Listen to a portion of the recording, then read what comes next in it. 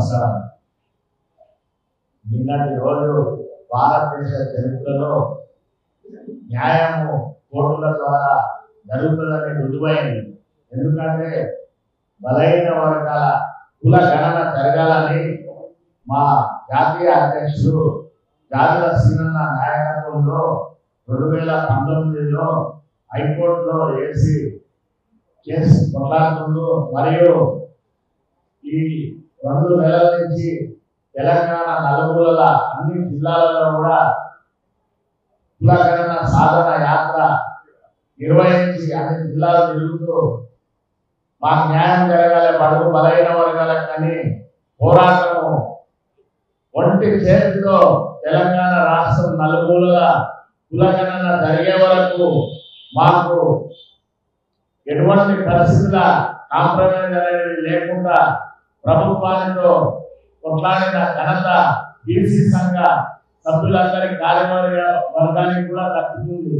ఎందుకంటే గాలిల సీనన్న నాయకత్వంలో ఢిల్లీలో జంతర్ మంతర్లో ఏఐసిసి కార్యాలయంలో మళ్ళా అమృత్సర్లో జరిగిన బీసీ సభలో అంతటా కూడా భారతదేశ వ్యాప్తంగా కులగణన జరగాలని ఆయన అందరినీ తీసుకొని బస్సులో వేలాది మందిని తీసుకొని జంతర్ మంతర్లో కూడా ఘనంగా ధర్నా నిర్వహించి ఏఐసిసి కార్యాలయాన్ని ముట్టడించి రాహుల్ గాంధీ పార్లమెంట్ లో మాట్లాడే విధంగా జాతుల సీనన్న పోరాటం జరిపించాడు బీసీ సంఘాలతో.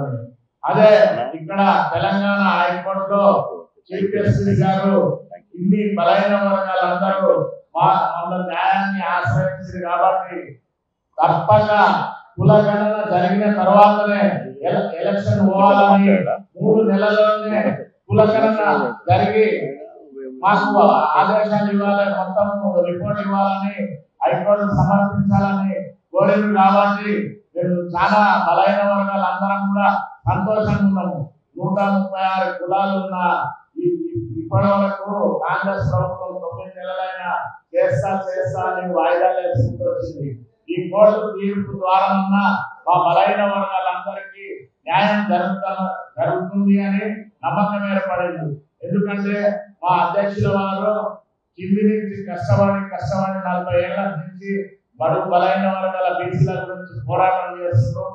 ఆ పోరాట ఫలితమే నిన్నటి హైకోర్టు తీర్పు వచ్చింది. మేమంతా కూడా బలహీన వర్గాలకు చాలా సంతోషంగా ఉన్నాము.